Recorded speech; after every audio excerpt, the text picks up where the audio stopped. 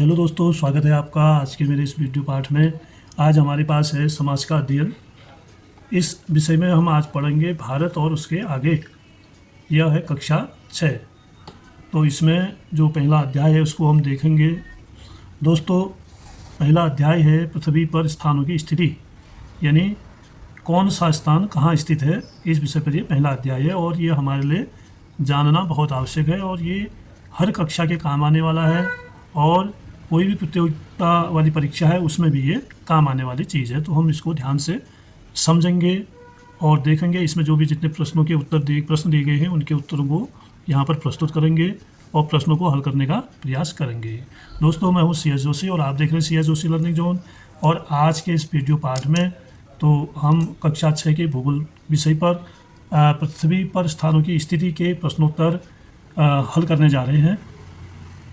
दोस्तों, आपसे रिक्वेस्ट है कि आप इस जो भूगोल विषय है या जो सामाजिक अध्ययन है, इसका ये पहला वीडियो लेसन है। आप इस लेसन पर प्रोत्साहन आप मुझे देंगे, वीडियो को लाइक करेंगे और चैनल सब्सक्राइब करेंगे, क्योंकि यह इस विषय का पहला पाठ है जिससे मोटिवेट होके मैं आगे अन्य पाठ भी प्रस्तुत कर सकूं।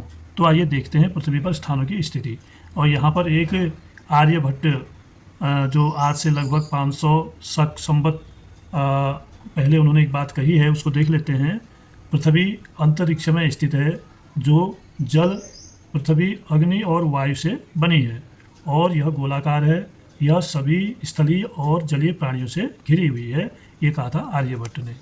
आगे देखते हैं, इसमें कुछ महत्वपूर्ण प्रश्न यहाँ पर प्रस्तुत किए गए हैं ताकि इन प्रश्नों को ध्यान में रखते हुए आप इस विषय का अध्ययन कर सकें। महत्वपूर्ण प्रश्न क्या है, मानचित्र क्या है और हम इसका उपयोग कैसे करते हैं, इसके मुख्य घटक क्या है। इसके 3 प्रश्न हैं। एक तो मानचित्र क्या है ये बताना है, और हम इसका उपयोग कैसे करते हैं ये बताना है, और इसके मुख्य घटक बताने हैं। उसके बाद दूसरा प्रश्न है निर्देशांक क्या है, पृथ्वी पर किसी स्थान को अंकित करने के लिए अक्षांश और देशांतर का उपयोग कैसे किया जा सकता है। और तीसरा प्रश्न है देशांतर से स्थानीय समय और मानक समय कैसे संबंधित है। ये बहुत ही महत्वपूर्ण प्रश्न हैं और इनका ज्ञान होना केवल कक्षा 6 के लिए नहीं, एक प्रतियोगी विद्यार्थी के लिए भी बहुत आवश्यक है। तो आइए देखते हैं इनके उत्तर जो मैंने आपके लिए हल करके रखे हैं। तो आइए प्रश्नों वार उत्तर यहाँ पर देखते हैं। तो यहाँ पर आपको प्रश्नों के उत्तर दिख रहे होंगे। अध्याय 1 पृथ्वी पर स्थानों की स्थिति और महत्वपूर्ण प्रश्न।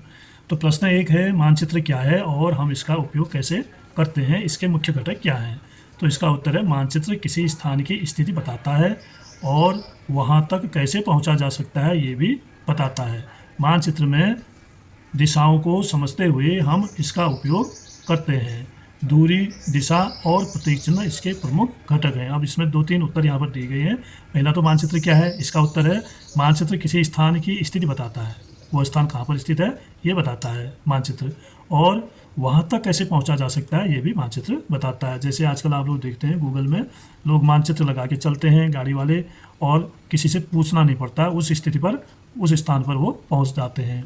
और फिर आगे है मानचित्र में दिशाओं को समझते हुए हम इसका प्रयोग करते हैं। अब दिशाओं को कैसे समझना है, जैसे कि मानचित्र में दिशाएं दी होती हैं और यहाँ को होता है पूरब, इधर पश्चिम, और यहाँ उत्तर दिशा होती है और नीचे दक्षिण दिशा। इसका ज्ञान रखते हुए हम मानचित्र का प्रयोग करते हैं। और इसके जो घटक हैं, नंबर 1 है दूरी, और मानचित्र में क्या मापक दूरी है और ज़मीन पर क्या दूरी है, एक उसका पैमाना लिया जाता है, उसके अनुसार वो दूरी को दर्शाया जाता है। और उसके बाद है दिशा, कौन सी दिशा में, जैसे यहाँ पर पता है पूर्व, पश्चिम, उत्तर, दक्षिण, तो दिशा का भी ज्ञान मानचित्र कराता है। और प्रतीक चिन्ह इसके प्रमुख घटक हैं। और प्रतीक चिन्ह क्या होते हैं, जैसे नदी का प्रतीक होता है, एक नीले रंग की लाइन हम बना देते हैं, वो नदी का प्रतीक होता है, इस तरह की लाइन बना देते हैं, ये नदी का प्रतीक है। पहाड़ का प्रतीक दिखाना होता है तो ऐसे कर देते हैं, और पेड़ पौधों का प्रतीक दिखाना है तो पेड़ पौधों का चिन्ह बना देते हैं, क्योंकि सभी जगह जैसे शहर है तो शहर के लिए गोला बना देते हैं।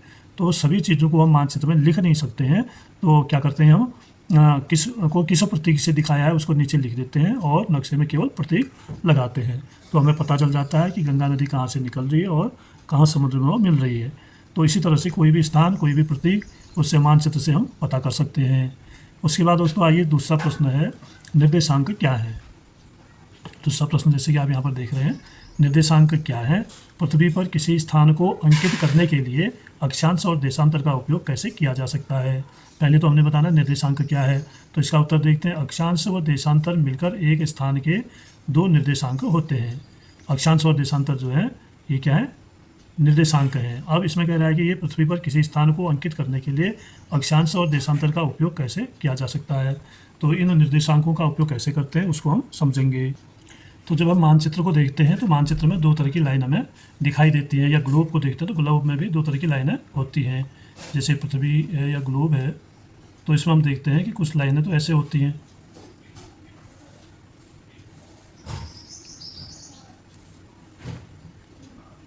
और दूसरी लाइनें होती हैं ऐसे।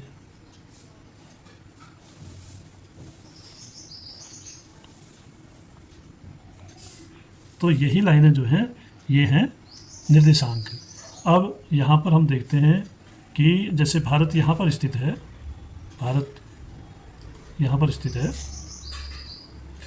तो यहाँ पर ये कहाँ, ये कौन सी जगह है, ये किन देशांतरों के बीच में, ये देशांतर है नीचे, ये किन देशांतरों के बीच में आ रहा है और किन अक्षांशों के बीच में आ रहा है। अगर ये 0 डिग्री या विषुवत रेखा है तो विषुवत रेखा से ऊपर, ये ऊपर के भाग को हम कहते हैं उत्तरी गोलार्ध। ये जो रेखा है हमारी विषुवत रेखा है, तो इससे ऊपर का भाग उत्तरी गोलार्ध कहलाएगा और नीचे का भाग ये कहलाएगा दक्षिणी गोलार्ध। ये हो गया उत्तरी गोलार्ध। और ये है बीच की लाइन जिसको हम कहते हैं शून्य देशांतर या विषुवत रेखा। अब हम भारत की स्थिति को बता सकते हैं। ये है, ये जो लाइन है इनकी माप अगर हम बताते हैं, इस लाइन से इस लाइन तक ये देशांतर तक फैला हुआ है, तो हम लिख देंगे कि देशांतर की जो स्थिति है इसकी 68 डिग्री और 7 अंश पूर्व से। और पूर्व क्यों कहा? क्योंकि विश्व जो देशांतर शून्य देशांतर जो है वो ये है, इसके पूरब में, इधर को पूरब है पूरा और इधर को पश्चिम है, तो पूर्वी भाग में पड़ रहा है, तो इसको हम कहेंगे 68 डिग्री और 7 अंश। ये वाला जो है, ये वाला है 68 डिग्री 60 अंश इस किनारे से। इस किनारे में कौन सा पड़ रहा है? 97 डिग्री 25 अंश। इस तरफ में जो दूसरा वाला है ये है 97 डिग्री 25 अंश पर भारत पड़, इन दो देशांतरों के बीच भारत पड़ता है। अब अगर हम अक्षांश देखें तो ये शून्य अक्षांश या विषुवत रेखा इसको कहते हैं। तो अब ठीक इन दोनों के मध्य में पड़ रहा है, तो अक्षांश को हम ऐसे यहाँ से ऊपर को गिनेंगे। कहाँ पड़ रहा है ये? एक तो आएगा उत्तरी गोलार्ध में, क्योंकि नीचे कुछ भी नहीं है, उत्तरी गोलार्ध में है भारत। और ये है 8 डिग्री 4 अंश उत्तरी, 8 डिग्री, ये वाला जो है 8 डिग्री 4 अंश उत्तरी से ये पड़ रहा है 37 डिग्री 6 अंश। यहाँ पर 37 डिग्री 6 अंश पर पड़ रहा है। तो अगर हम बता दें किसी को कि मानचित्र में भारत की स्थिति ये है, तो ये जो जहाँ पर ये रेखाएं मिलती हैं ऐसे, तो इस यही वाला स्थान जो है वो भारत का है। अगर हमें दिल्ली ढूंढना है तो फिर हमें छोटा स्थान देखना पड़ेगा और ये छोटी लाइनें देखनी पड़ेंगी देशांतर की, कौन कौन सी लाइनों में पड़ रहा है। तो उस हिसाब से हम किसी भी स्थान का पता लगा सकते हैं मानचित्र से। तो भारत की स्थिति ये है, आप इसको नोट कर सकते हैं। तो दोस्तों इसी स्थिति को निर्देशांक कहा जाता है। ये जो देशांतर का निर्देशांक है और ये अक्षांश का निर्देशांक, इन्हीं के आधार पर इन्हीं की स्थितियों को मिलाते हुए हम स्थान का पता लगा सकते हैं। अगर हमने इसका उत्तर लिखना है तो लिखने के लिए हम ऐसे लिखेंगे, अक्षांश व देशांतर मिलकर एक स्थान के दो निर्देशांक होते हैं। जब आप अक्षांश व देशांतर को जोड़ते हैं तो आपको एक निर्देशांक प्रणाली मिलती है जो पृथ्वी पर किसी भी स्थान की विशिष्ट पहचान करती है। जैसे हमें पृथ्वी पर दिल्ली की स्थिति का पता लगाना है या पता करना है तो हमें दिल्ली के अक्षांश व देशांतर पता होने चाहिए। तो हमें दिल्ली के निर्देशांक 29 डिग्री उत्तरी और 77 डिग्री पूर्वी पर स्थित है। ये दिल्ली की इसका निर्देशांक है 29 डिग्री उत्तरी और 77 डिग्री पूर्वी, यानी ये तो अक्षांश है और ये देशांतर है पर स्थित है। जहाँ पर ये दोनों मिलते हैं वही स्थान दिल्ली होगा। यानी अगर आप देखेंगे ऐसे करेंगे, ये 29 डिग्री में आएगा दिल्ली, यहाँ पर 29 डिग्री उत्तरी कह रहा है, इसका मतलब ये अक्षांश रेखा है 29 डिग्री की, और 77 पूर्वी कह रहा है तो 77 पूर्वी यहाँ पर आएगी ये। अब ये जहाँ पर ठीक दिल्ली में मिल रहे हैं तो इससे जहाँ पर ये दोनों लाइनें मिलेंगी वो स्थान होगा दिल्ली। तो इस तरह से आप स्थान का पता लगाना मानचित्र में सीख सकते हैं। अब हम देखते हैं अगला प्रश्न। प्रश्न 3 है, देशांतर के स्थानीय समय व मानक समय कैसे संबंधित हैं। जो देशांतर रेखाएं हैं, अब देशांतर रेखाएं क्या हैं आपको भी बताया था, जो ऐसे लाइनें होती हैं ना, ये देशांतर रेखाएं होती हैं, एक उत्तरी ध्रुव से दक्षिणी ध्रुव तक ये जो लाइनें हैं ये क्या है, देशांतर हैं। तो कह रहा है कि देशांतर से स्थानीय समय और मानक समय कैसे संबंधित है। जो समय निर्धारित होता है वो देशांतरों के आधार पर ही निर्धारित होता है। अब कैसे संबंधित है, आइए देखते हैं इसका आंसर। मानक समय व स्थानीय समय दोनों देशांतर से संबंधित हैं। जब सूर्य किसी देशांतर के ठीक ऊपर होता है तो वहाँ स्थानीय समय दोपहर के 12 बजे होंगे। जब सूर्य ठीक सिर के ऊपर होता है, छाया नहीं बनती है, तो उस समय क्या होता है, दोपहर के 12 बजे होते हैं, जिस देशांतर पर भी सूर्य होगा। जबकि मानक समय किसी विशेष क्षेत्र का होगा जिसमें समय उस क्षेत्र के बीच से गुजरने वाली देशांतर के अनुसार होगा। जबकि मानक समय किसी विशेष क्षेत्र का होगा जिसमें समय उस क्षेत्र के बीच से गुजरने वाली देशांतर के अनुसार होगा। तो आप इसको ऐसे समझिए, माना ये पृथ्वी है और ये है देशांतर रेखाएं। अब आप जानते हैं हर 15 डिग्री पर जो देशांतर रेखा होती है उसमें 1 घंटे का अंतर होता है। अब माना सूर्य इस देशांतर पर है तो इस देशांतर पर 12 बजे होंगे, फिर सूर्य यहाँ से चल के यहाँ आएगा 1 घंटे बाद, क्योंकि 15 डिग्री पर ये स्थित हैं, तो 1 घंटे बाद इस लाइन में पहुँचेगा सूर्य, तो यहाँ पर 12 बजेंगे। फिर सूर्य इधर पहुँचेगा, वैसे सूर्य पूरब से पश्चिम को जाता है, इधर को जाएगा, तो फिर यहाँ पर 12 बजेंगे। तो यहाँ पर था तो यहाँ 12 बजे थे, फिर इस लाइन पर आएगा, यहाँ 12 बजेंगे, फिर इधर जाएगा, यहाँ 12 बजेंगे। तो इस तरह से जिस भी देशांतर रेखा पर सूर्य स्थित है उस रेखा पर दिन के 12 बजे होंगे। ये तो है स्थानीय समय। अब मानक समय क्या होगा, जैसे भारत है तो भारत में मानक समय जो है पूरे देश में एक होता है, चाहे वो आसाम हो चाहे गुजरात हो। जब 12 बजे होंगे यहाँ पर भी 12 बजा होगा और यहाँ भी 12 बजा होगा, क्योंकि भारत की जो मानक रेखा है IST वो दिल्ली के पास से गुजरती है, तो इस रेखा को मानक समय माना गया है। तो यहाँ पर जितने बजे होंगे, अगर 12 बजे हैं तो सारे देश में यही टाइम होगा। अब हम देखते हैं आगे प्रश्न, क्रियाकलाप और परियोजनाएं। इस पर कुछ ये जो प्रश्नावली है, कुछ प्रश्न यहाँ पर दिए गए हैं, इनको हम हल करेंगे। तो पहला प्रश्न है, इस पाठ्य पुस्तक के पृष्ठ 10 व अध्याय 5 में चित्र 5.2 के संदर्भ में 2.5 सेंटीमीटर बराबर 500 किलोमीटर का पैमाना लेते हुए नर्मदा नदी के मुहाने से गंगा नदी के मुहाने तक की वास्तविक दूरी की गणना कीजिए। अभी कह रहा है कि इस जो ये पाठ्य पुस्तक है इसका जो पृष्ठ 10 है वो अध्याय 5 है, तो इसमें चित्र नंबर 5.2 के संदर्भ में 5.2 हम देखेंगे पुस्तक में। ये है अध्याय 5 आप देख रहे हैं, और उसके बाद है चित्र 5.2, चित्र है 5.2, यहाँ पर दिया गया है 5.2। तो इस मानचित्र से ये प्रश्न पूछा गया है। ये कह रहा है कि नर्मदा नदी के मुहाने से गंगा नदी के मुहाने तक की वास्तविक दूरी की गणना कीजिए। गंगा नदी के मुहाने से यमुना नदी के मुहाने, नर्मदा नदी के मुहाने तक। अब ये मुहाना उसे कहते हैं जहाँ पर नदी समुद्र में मिलती है। अब यहाँ पर ये नर्मदा नदी आप देख रहे हैं, नर्मदा लिखा हुआ है और ये मिल रही है यहाँ पर, ये इसका मुहाना है। और गंगा नदी ये आ रही है यहाँ से आके यहाँ पर समुद्र में मिल रही है। तो अब यहाँ से यहाँ की वास्तविक दूरी हमने बतानी है, जो ज़मीन पर दूरी है इसकी। तो यहाँ पर पैमाना आप देख रहे हैं, नीचे एक पैमाना दिया है, यहाँ पर लिखा है 500, यानी 1 सेंटीमीटर बराबर 500 किलोमीटर, ऐसे यहाँ पर दिया गया है। तो इसका मतलब है पुस्तक में 1 सेंटीमीटर की दूरी ज़मीन पर 500 किलोमीटर के बराबर है।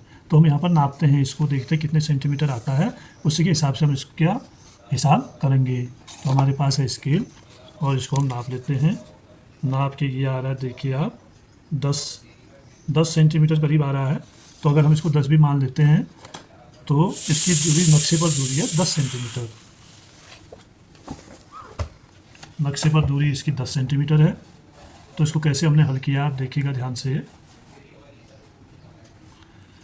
2 नदियों के मुहानों के बीच की दूरी 10 सेंटीमीटर है, अतः 10/2.5, क्योंकि यहाँ पर 2.5 सेंटीमीटर बराबर 500 किलोमीटर दिया है।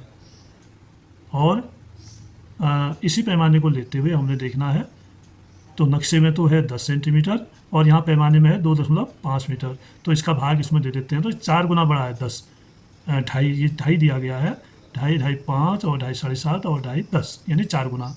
और 500 गुणा 4, इसको भी जो 500 किलोमीटर दिया है ये 4 गुना बढ़ गया, तो इसको भी हम 4 गुना बढ़ा देंगे, तो ये हो जाएगा 2000 किलोमीटर। 4 गुना बढ़ा है ना, माप 4 गुना बढ़ा है, तो ये दूरी भी 4 गुना बढ़ जाएगी। अतः नर्मदा नदी के मुहाने से गंगा नदी के मुहाने की दूरी धरातल पर कितनी होगी? 2000 किलोमीटर होगी। तो ये जो पैमाना दिया था इसके आधार पर हमने इसको निकाला। नक्शे में जो दूरी कितनी है, 500 किलोमीटर है, वो यहाँ पर जो है 2000 किलोमीटर बन रही है। दोस्तों हम इसको दूसरी तरह से भी हल कर सकते हैं। ये कह रहा है कि 2.5 सेंटीमीटर बराबर 500 किलोमीटर, तो यहाँ पर हम 1 सेंटीमीटर का भी निकाल सकते हैं पहले। अगर ऐसे गुना मैंने बढ़ाएं तो 1 सेंटीमीटर बराबर क्या हो जाएगा? 500 बट्टे 2.5 सेंटीमीटर। और अब हम इसका भाग इसमें कर देंगे, 500 भाग 2.5। इसको शुद्ध करेंगे तो एक अंक एक शून्य से गुणा करके शुद्ध हो जाएगा, यानी 10 से गुणा करके शुद्ध हो जाएगा, तो दोनों को 10 से गुणा कर देंगे और ये हो जाएगा 25 और ये हो जाएगा 5000। अब आपको पता चल गया कि 1 सेंटीमीटर, अब हम भाग देंगे तो पता चलेगा कि 1 सेंटीमीटर बराबर कितनी दूरी है। तो हम 25 का भाग इसमें दे देते हैं, 25 दूनी 50, 25 शून्य की शून्य, 25 शून्य की शून्य। तो अब यहाँ पर हमें पता चल गया 1 सेंटीमीटर बराबर 200 किलोमीटर है। 25 का भाग दिया हमने 5000 किलोमीटर में, तो ये आया 1 सेंटीमीटर पर कितना बनेगा? 200 किलोमीटर। तो 200 किलोमीटर, 1 सेंटीमीटर बराबर 1 सेमी बराबर 200 किलोमीटर है। तो यहाँ पर 10 सेंटीमीटर है, जो नक्शे में हमने नापा अभी स्केल से, कितनी दूरी आई उसमें? 10 सेंटीमीटर, यानी नक्शे में 10 है, तो वास्तविक दूरी कितनी होगी? 200 गुणा 10, ये आ गया 2000 किलोमीटर। तो वास्तविक दूरी होगी 2000 किलोमीटर। ज़मीन पर जो दूरी है वही वास्तविक दूरी होगी, ये होगी 2000 किलोमीटर। इसका प्रश्न नंबर 2 देखते हैं। 2 है, जब लंदन में दोपहर के 12 बजे होते हैं उसी समय भारत में सायं 5:30 बजते हैं, क्यों? यानी जब लंदन में 12 बजे होते हैं और हमारे यहाँ उस समय कितने बजते हैं? 5:30, यानी लंदन और हमारे देश के समय में 5.5 घंटे का अंतर है। और ऐसा क्यों होता है? तो इसका उत्तर है क्योंकि भारतीय मानक समय IST, इंडियन स्टैंडर्ड टाइम जो है वो ग्रीनिच मानक समय यानी GMT से क्या है? 5 घंटे 30 मिनट आगे है, यानी पूरब की तरफ है ना, हमारा देश ग्रीनिच से पूरब की तरफ है, तो 15 डिग्री पर 1 घंटा बढ़ते जाता है। तो 15-15 करके हमारा देश जो है वो 5:30 आगे है, 5:30 घंटे आगे है, तो इसलिए हमारे देश में उस समय 5:30 बजा होता है। भारत का मानक समय 82.5 डिग्री पूर्वी देशांतर पर आधारित है, जो लंदन की रेखा शून्य से पूर्व में स्थित है। जब हम पूर्व की ओर बढ़ते हैं हर 15 डिग्री पर समय 1 घंटा बढ़ता है। इसीलिए जब हम लंदन में दोपहर 12 बजे का समय होता है तो भारत में सायं के 5:30 बजते हैं। अगर हम इसको उससे समझने, नक्शे से समझने की कोशिश करें तो आप देखिए, जैसे ये दुनिया का नक्शा है और यहाँ पर से ग्रीनिच है यानी इंग्लैंड है, लंदन यहाँ पर स्थित है और भारत यहाँ पर स्थित है। तो अब ये कह रहा है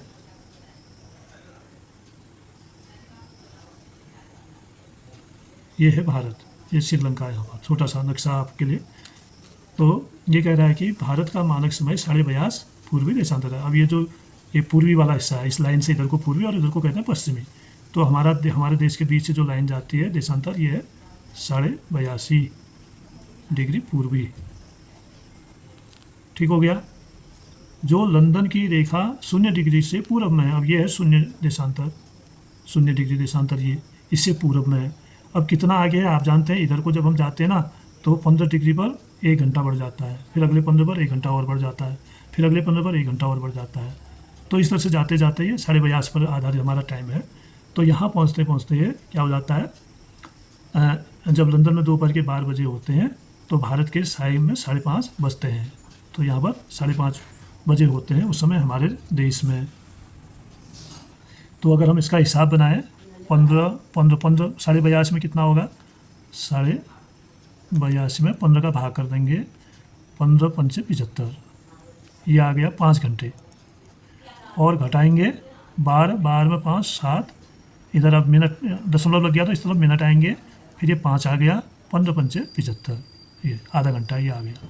तो 5 घंटे 30 मिनट कितने बजे होंगे हमारे देश में, क्योंकि 42.5 पर स्थित है ना हमारा देश, ये 82 दशमलव या 82 डिग्री 5 अंश पर स्थित है। तो ये है 0। अगर यहाँ से हम हिसाब बना रहे हैं तो ये 5 घंटे 30 मिनट का समय यहाँ पर हो रहा है। तो इसीलिए अब इससे भी आगे को हम जाएंगे तो चीन और आगे होगा, हो सकता है चीन 7 घंटे आगे हो इससे। तो पूरब की तरफ जो है 1-1 घंटा बढ़ते जाता है हर 15 डिग्री पर, ये आपको ध्यान रखना है। और यहाँ से पश्चिम की तरफ 1-1 घंटा घटते जाता है, ऐसे कम होते जाएगा। प्रश्न 3 देखते हैं। हमें मानचित्र में प्रतीक, चिन्हों और रंगों की आवश्यकता क्यों होती है? जो भी हम मानचित्र बनाते हैं उसमें एक तो प्रतीक लगाते हैं और क्या करते हैं, रंग भी भरते हैं। तो इनकी आवश्यकता क्यों होती है, क्यों भरा जाता है, उसको भी हमने समझना है। मानचित्र पर कई चीज़ें दिखाई जाती हैं, जैसे नदियाँ, पहाड़, सड़कें, शहर आदि। अगर इन्हें केवल शब्दों से दिखाया जाए, यानी हम उसमें लिखें, तो क्या होगा, उससे मानचित्र जटिल और भरा हुआ लगेगा। मानचित्र पूरा भर जाएगा, फिर भी सारी चीज़ों को हम नहीं समझ सकेंगे। इसीलिए हम प्रतीक, चिन्हों व रंगों का उपयोग करते हैं ताकि मानचित्र साफ, सरल और समझने में आसान हो। प्रतीक, अगर ऐसे नदी का निशान कहीं पर लगा है तो हम समझ जाएंगे ये नदी है, और कहीं पर नदी के किनारे ऐसा बना है तो हम समझ जाएंगे शहर है, इसलिए ये शहर का प्रतीक है। कहीं पर ऐसे बना होगा तो इसका मतलब पहाड़ है। तो इस तरह से हम प्रतीकों से नक्शे को साफ रख सकते हैं और सरलता से हमें समझने में आसानी होती है। फिर अगला प्रश्न है, आपके घर या स्कूल के 8 दिशाओं में क्या स्थित है, पता लगाइए। अब आपको क्या करना है, दिशाएं तो ऐसे बनाएंगे, जो आज पहले तो आप 4 दिशाएं बनाएंगे, ये सबको मालूम है, यहाँ पूरब, पश्चिम, उत्तर और दक्षिण। और फिर उसके बाद ऐसे 2 लाइनें खींच के 4 दिशाएं और बनाएंगे तो 8 दिशाएं हो जाएंगी। ये होगा दक्षिण पूरब, ये होगा उत्तर पूरब, और ये होगा उत्तर पश्चिम, और ये होगा दक्षिण पश्चिम दिशा का नाम। तो इस तरह से ये दिशाएं हो गई हमारी 8 दिशाएं। अब आप अपने घर को यहाँ पर देखते हैं या विद्यालय को देखते हैं, आपका घर यहाँ पर है, तो इस तरफ क्या है, यहाँ क्या है, इधर क्या है, इधर क्या है, आपने सब देखते हुए लिखना है। जैसे पूरब में माना यहाँ पर आपका क्या है, गार्डन है, आपने गार्डन लिख दिया। और उत्तर पूरब में माना रमेश का घर है तो रमेश का घर लिख देंगे। और उत्तर में यहाँ पर कोई बहुमंजिली इमारत है, उसका कुछ नाम है तो नाम यहाँ पर लिख देंगे। तो ऐसे यहाँ पर कोई पेड़ है, पेड़ लिख देंगे, जो भी पेड़ है। और यहाँ पर कोई पर्वतमाला है तो उस पर्वतमाला का नाम लिख देंगे। तो आपने 8 दिशाओं में क्या क्या है वो आपने यहाँ पर लिखना है। तो ये प्रश्न आपने स्वयं करना है, क्योंकि इसको आप ही समझ सकते हैं कि आपके घर के आसपास या विद्यालय के आसपास क्या स्थित है। अगला प्रश्न देखते हैं हम। प्रश्न 5 है, स्थानीय समय और मानक समय के बीच में क्या अंतर है? एक तो होता है स्थानीय समय और एक होता है मानक समय। तो जब सूर्य किसी स्थान के ठीक ऊपर होता है वह उस जगह का स्थानीय समय कहलाता है। यह समय देशांतर रेखाओं पर निर्भर करता है, क्योंकि सूर्य हर देशांतर रेखा पर अलग अलग समय पर सिर के ऊपर होता है। अब मैंने अभी बताया था आपको, सूर्य जो है वो हर देशांतर रेखा में अलग अलग समय, 1-1 घंटे के अंतर से आता है, अलग अलग समय में होगा, ये देशांतर रेखाएं हैं। और जो स्थानीय समय है वो उस जगह का अपना समय होता है। उदाहरण है इसका, पृथ्वी 24 घंटे में 360 डिग्री घूमती है। पूरा एक चक्कर लगाने में पृथ्वी को 360 डिग्री हो जाता है, अर्थात हर 15 डिग्री पर समय में 1 घंटे का फर्क होता है। अभी कैसे होगा देखो, 360 डिग्री घूमी कितने घंटे में, 24 घंटे में।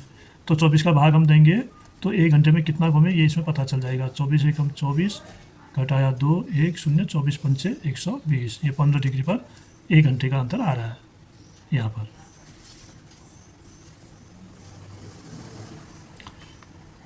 एक घंटे का फर्क होता है, जैसे दिल्ली और मुंबई अलग अलग देशांतर पर है।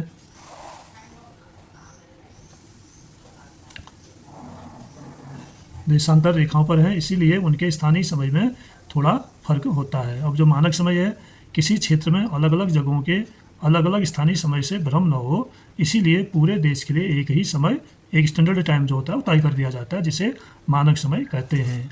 अब क्या होगा, जैसे भारत यहाँ से यहाँ तक फैला हुआ है, यहाँ से यहाँ तक फैला है, तो इसमें तो कई देशांतर पड़ जाती हैं, तो इसमें अंतर आ जाएगा। इधर अगर 11 बजा है, इधर 12 बजा है, तो इधर 1 बजा होगा।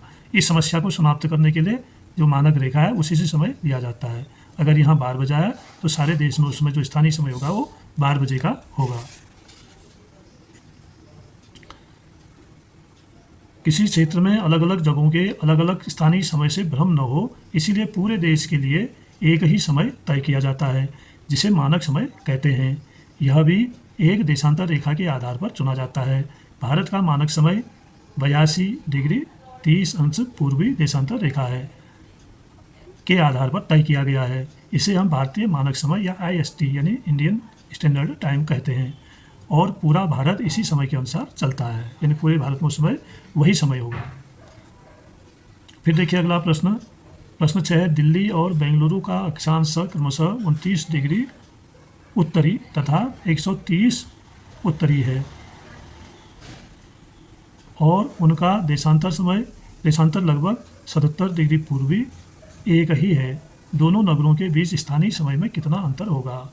अब दिल्ली और बेंगलुरु, वो कह रहा है कि इनका जो देशांतर है वो एक ही है। अब आपको ध्यान होगा कि समय जो है अक्षांश के आधार पर नहीं होता है। जैसे अक्षांश अलग अलग है, ये 29 है, ये 130 है, ये अलग अलग है, इससे कोई फर्क नहीं पड़ता है, ये एक हो या अलग हो। समय के लिए देशांतर रेखा ही मुख्य घटक है। तो अगर वो 77 पूर्वी पर दोनों स्थित हैं तो वहाँ दोनों का समय एक ही होगा। दोनों नगरों का देशांतर लगभग समान है, अतः उनका स्थानीय समय एक ही होगा। अक्षांश अलग होने का स्थानीय समय पर प्रभाव नहीं पड़ता, केवल देशांतर के अनुसार समय में अंतर आता है। इस चीज़ को आप समझ गए होंगे। हम आगे बढ़ें।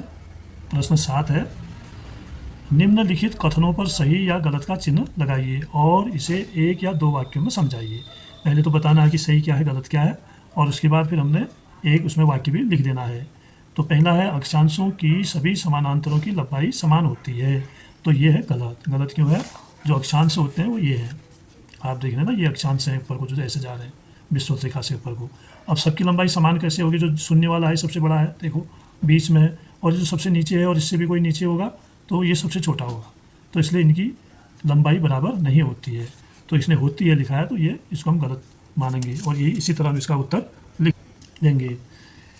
सभी अक्षांशों की लंबाई शून्य अक्षांश से ध्रुवों की ओर घटते जाती है। ये ध्रुव यही होते हैं, ये ध्रुव है और ये भी ध्रुव है। तो इन ध्रुवों की ओर विषुवत रेखा से कम होती जाती है, ऊपर को भी नीचे को भी। अगला प्रश्न है, देशांतर के एक याम्योत्तर की लंबाई भूमध्य रेखा की आधी होती है। जो देशांतर है उसके एक याम्योत्तर की लंबाई जो है भूमध्य रेखा के आधी के बराबर होती है। याम्योत्तर ध्रुव से ध्रुव तक जाते हैं, यानी जो अक्षांश है देशांतर हैं वो एक ध्रुव से दूसरे ध्रुव तक जाते हैं, और उनकी लंबाई भूमध्य रेखा की परिधि का लगभग आधी होती है। अभी क्या कह रहा है, ये जो याम्योत्तर, इनको देशांतर को याम्योत्तर भी कहते हैं। ये याम्योत्तर है, देशांतर, ये ध्रुव से ध्रुव तक जाते हैं, यहाँ से यहाँ तक, और जो अक्षांश हैं वो ऐसे जाते हैं। तो ये सबसे बड़ा जो अक्षांश है शून्य या भूमध्य रेखा जिसको हम कहते हैं, ये जो है चारों तरफ की इसकी जो परिधि है ये इसकी दुगनी होती है शून्य देशांतर की, दुगनी, यानी ये शून्य देशांतर वाली रेखा इसकी आधी होती है। तो ये सही है। अब अगला प्रश्न हम देखेंगे, दक्षिण ध्रुव का अक्षांश 90 डिग्री दक्षिण है। तो ये तथ्य जो है सत्य है। ये पृथ्वी का सबसे दक्षिणी बिंदु दक्षिण ध्रुव कहलाता है। जो दक्षिण की तरफ है उसको दक्षिण ध्रुव कहते हैं। ये वाला, ये दक्षिण ध्रुव है और ये उत्तर ध्रुव है, और उसका अक्षांश 90 डिग्री दक्षिण होता है। ये सबसे नीचे का जो अक्षांश होता है ये वाला, ये 90 डिग्री का होता है, 90 डिग्री दक्षिण, क्योंकि साउथ में है, साउथ पोल इसको कहेंगे। तो ये जो है 90 डिग्री का होता है ये वाला। तो प्रश्न जो है ये गलत नहीं, सही है ये वाला।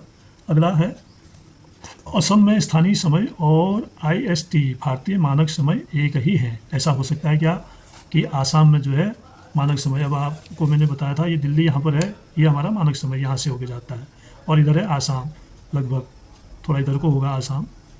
तो स्थानीय समय और मानक समय यहाँ पर बराबर होगा, कह रहा है। ऐसा संभव नहीं है, स्थानीय समय अलग होगा और मानक समय पूरे देश में एक होता है।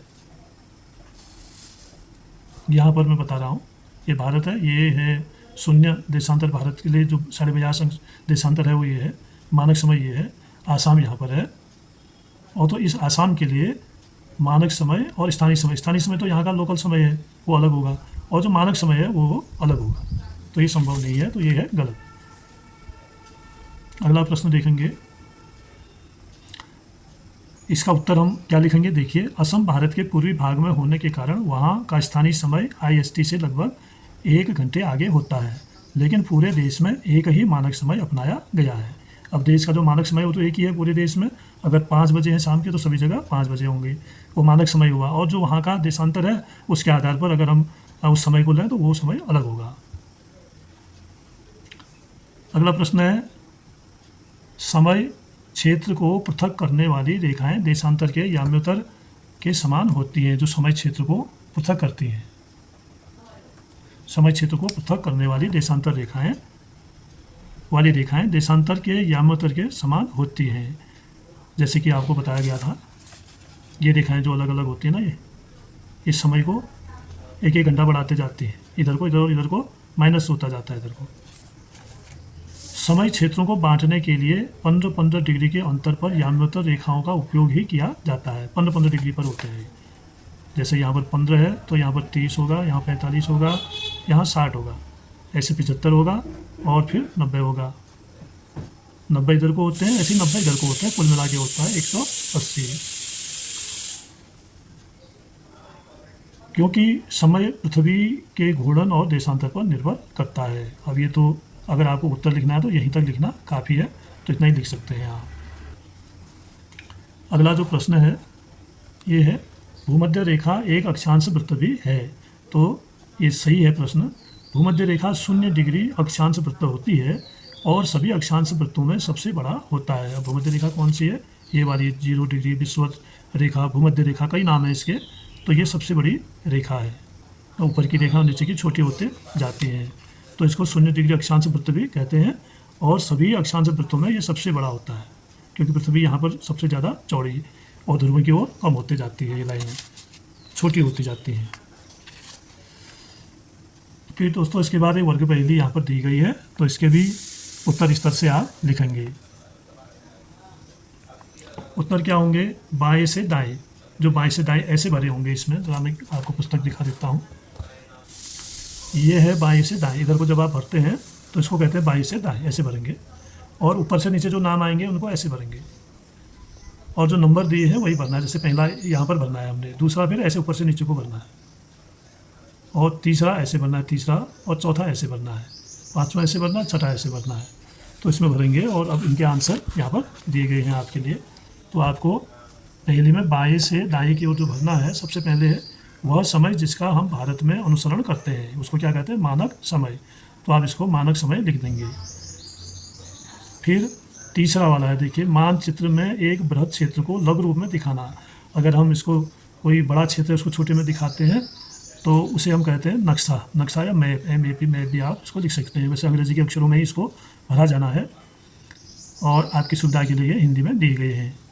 एक सुविधाजनक गोलाकार वस्तु। अभी सुविधाजनक गोलाकार वस्तु क्या होती है, हमारे पास ग्लोब होता है, तो ग्लोब को आप उसमें भर देंगे। फिर है, ये दोनों मिलकर किसी स्थान का पता लगाने में सहायक होते हैं। क्या होते हैं वो, अक्षांश और देशांतर, और उसको कहते हैं निर्देशांक। तो निर्देशांक आपको इसमें भरना है। नवा है, भूमध्य रेखा से दूरी की एक माप। भूमध्य रेखा से कितनी दूरी है उसको कैसे नापते हैं, अक्षांश में नापते हैं। एक रेखा के लिए शब्द संक्षेप जिसके आर पार दिन और तिथि में परिवर्तन होता है। दिन भी बदल जाता है उस रेखा के बाद, और तिथि भी बदल जाती है, तो इसको कहेंगे आइडियल, यानी अंतर्राष्ट्रीय तिथि रेखा। इसके आर पार दिन और तिथि बदल जाती है।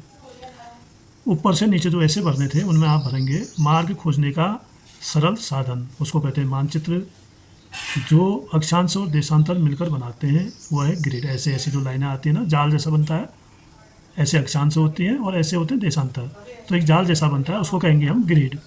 छठा है, जो विश्व के शीर्ष पर है, विश्व के शीर्ष पर है, यानी मैंने अभी आपको बताया था यहाँ पर जो है वो है उत्तरी ध्रुव, इसको शीर्ष कहेंगे। ये है उत्तरी ध्रुव। वह स्थान जहाँ से प्रमुख याम्योत्तर गुजरती है उसको कहते हैं लंदन या ग्रीनिच। अब लंदन और ग्रीनिच की बात क्या है, जैसे ये लंदन है और इसी के बीच में ग्रीनिच है, ये रेखा यहाँ से गुजरती है। दोनों सही, आप लंदन कहो या ग्रीनिच कहो। प्रमुख याम्योत्तर से दूरी की एक माप। अब जो देशांतर है, याम्योत्तर का मतलब है देशांतर। देशांतर से दूरी की माप कैसे होती है, वो देशांतर के द्वारा, जैसे 15-15 डिग्री पर देशांतर पड़ते जाते हैं, तो दूरी की माप हम देशांतर से निकालेंगे। सबसे लंबी समानांतर अक्षांश रेखा, सबसे लंबी समानांतर अक्षांश रेखा होगी भूमध्य रेखा। फिर वही रेखा, इसको हम कई बार बता चुके हैं, ये सबसे बड़ी अक्षांश रेखा ये है भूमध्य रेखा, इसको हम कहते हैं, या विषुवत रेखा भी कहते हैं, या फिर इसको जीरो डिग्री अक्षांश रेखा भी हम कहते हैं। तो दोस्तों, आपकी प्रश्नावली पूरी हुई। आप इसमें से अपने प्रश्नों का उत्तर लिख भी सकते हैं और इसको पढ़ के समझ भी सकते हैं। तो दोस्तों, एक लेसन तैयार करने में बहुत मेहनत होती है, तो आपसे फिर से अनुरोध है कि आप चैनल को सब्सक्राइब अवश्य करके हमारा हौसला बढ़ाएंगे और इसको वीडियो को अपने दोस्तों में शेयर करेंगे, इसको लाइक करेंगे और प्लेलिस्ट खोल के उसमें जितने भी सामाजिक विषय के वीडियो बनेंगे वो आपको इकट्ठे मिल जाएंगे प्लेलिस्ट में। तो प्लेलिस्ट में जाके इसको खोलने की कोशिश भी आप करिएगा। धन्यवाद।